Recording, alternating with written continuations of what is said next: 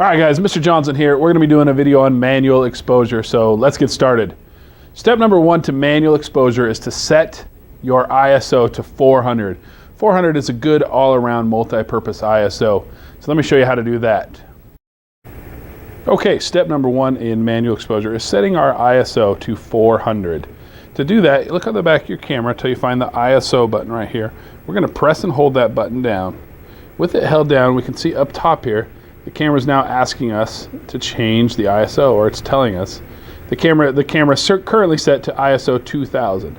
To change it, we're going to turn this back dial with the ISO button held down, and it would change it, and then we can turn it to the left to get it to 400. So I'm going to go ahead and do that.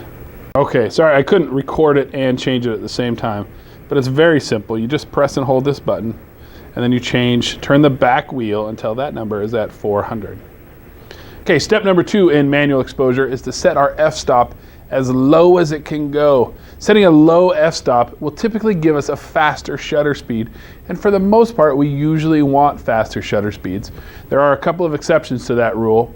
We'll get to those later. So step number two, set your f-stop as low as it can go. Well, remember from before, to change the f-stop, we use this dial around in front here, the one in front of the camera, which is this one right here. So I'm going to check my f-stop. It is currently set to f3.8, as you can see. That number right there is the f-stop. And we want that as low as it can go. So what I'm going to do is going to make sure the camera's awake by tapping the shutter release. I'm going to turn the f-stop wheel to the left to get it to go as low as possible. It was already down low. If it had been way up here at 25 or something, we could just turn it to the left until we're down as low as it can go. Very good. That is step number two. Okay, step number three. We are going to look through our camera and take a peek at our light meter, and we are going to adjust the shutter speed until our light meter is at 0. Let me show you what I'm talking about there. All right, guys, seeing as step number three is the most confusing, it's the one we're going to spend the most time on, but I think you'll find that once we get into it, it's really not that hard. Remember, step number three is we adjust the shutter speed until our light meter is at 0. Well, just to review real quick, we adjust the shutter speed by turning this dial right here. And you can see right now my shutter speed is set to 1/500th of a second. If I turn this dial to the right, my shutter speed gets faster. I can go all the way up to 1/8000th of a second. If I turn the shutter speed to the left, you can see it gets slower. I can go down all the way to 30 seconds by turning the shutter speed wheel to the left. So remember that, to the left is slower, to the right is faster. All right, so let's go ahead and take a look through the viewfinder and see what we see while we're taking a photo. So here's our shot that we're taking, not the best photograph. We're not even going to worry about what we're taking a picture of. We're only going to worry about what's here on the bottom. You can see that I have a shutter speed right now of 1/500th of a second at f5.3.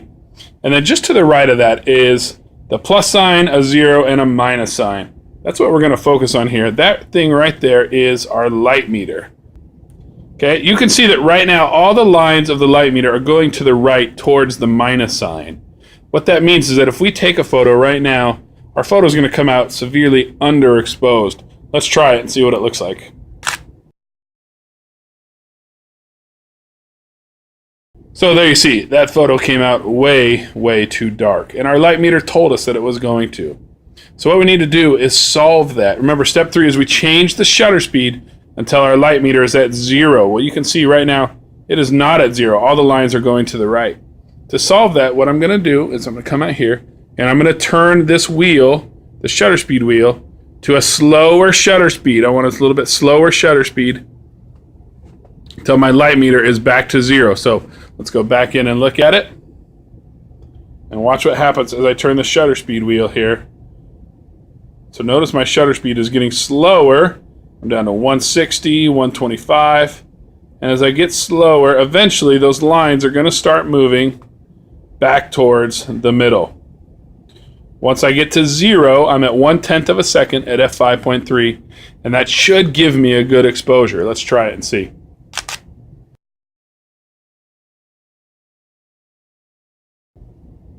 There you go. You can see that's a pretty properly exposed photo. If the lines had all been to the left, like this, what that tells me is the photo is going to come out too bright. It's going to be overexposed.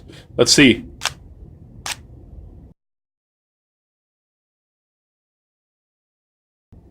There you go. You can see this photo also came out way too bright. So in this case, I turn the shutter speed wheel to get a faster shutter speed till I'm back to 0, and I can take it again, and I've got a good exposure again. Here's a super easy tip to remember. If the lines are all going to the left, like this, you turn the wheel to the right to make them go away. If the lines are all going to the right, you turn the wheel to the left to make them go away. So there you go, 1/10 at f5.3 is the right exposure for this situation.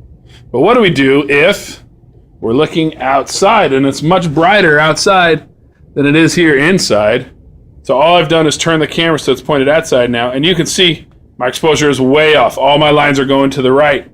So now that I've moved my camera, I've got to refigure out my exposure. I've got to adjust my shutter speed again. So I'm going to turn, all the lines are going to the left, so I'm going to turn the shutter speed wheel to the right until all those lines go away. And there we go. We're at 500th at f5.3. Let's take that photo and see how it looks.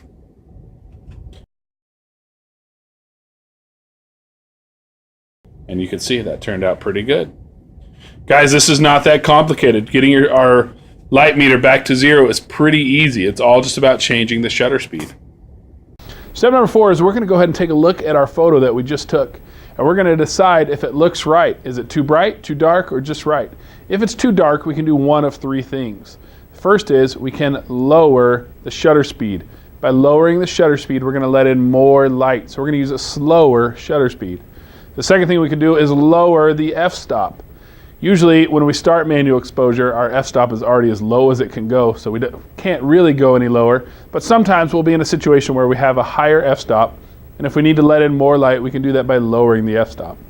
Or we can raise the ISO. Raising the ISO is the equivalent of letting in more light, making our camera more sensitive to light. So those are the 3 things we can do if we need to make our photo brighter if it came out too dark. What do we do if our photo came out too bright? We do the exact opposite. We can either raise the shutter speed, let in less light by raising the shutter speed using a faster shutter speed. We can raise the f-stop, or we can lower the ISO. All 3 of those things are the equivalent of letting less light into the camera, thereby making our photo not as bright. That's it, you guys. Manual exposure is a lot easier than you think it is.